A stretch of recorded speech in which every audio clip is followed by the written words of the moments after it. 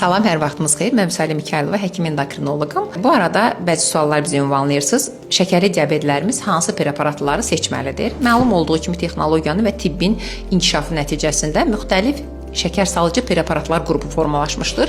Öncələrdə var idi, amma bu demək deyil ki, biz köhnə şəkər salıcı preparatlarımızı imtina etməliyik. Yox. Bu preparatlar xüsusilə xəstənin çəkisinə, boyuna, yanaşı olaraq xəstəliklərinə, həyat tərzinə bağlı olaraq seçilə bilən preparatlardır. Belə ki, hal-hazırda inkişaf periodu nəticəsində həftədə bir dəfə istifadə olunan şəkər salıcı preparatlarımız formalaşıbdır.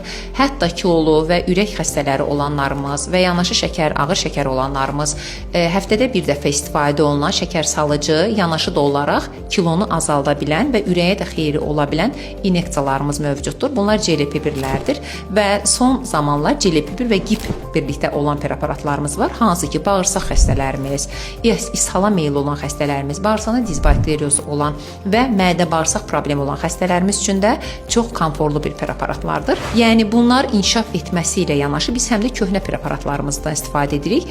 Belə ki, böyrək xəstələrimiz və yaxud da kreatin problemi yaşayan xəstələrimiz, bunlar yenə klassik həm insulinlərimizdən, həm də digər preparatlarımızdan, tabletlərimizdən istifadəsi məsləhət görülür.